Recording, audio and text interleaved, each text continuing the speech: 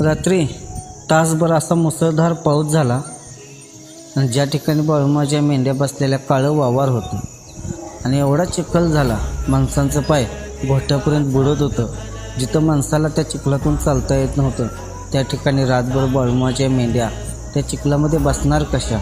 मेंढ्यांचंही पाय रुतत होतं, त्रास होत होता आणि आम्ही सर्व मेंढक्यांनी विचार केला की इथं कुठं तर कटनाच्या रानाला माळ रानावर बकरी नेऊन बसावं. पण कुठंच माळरान नव्हतं, सर्व चिखलाचं वावर असणारं माळरान कुठं सापडं ना. शाळेचं पटांगण बघितलं पण तिथेही जागा कमी, एवढ्या मेंढ्या बसतील कशा?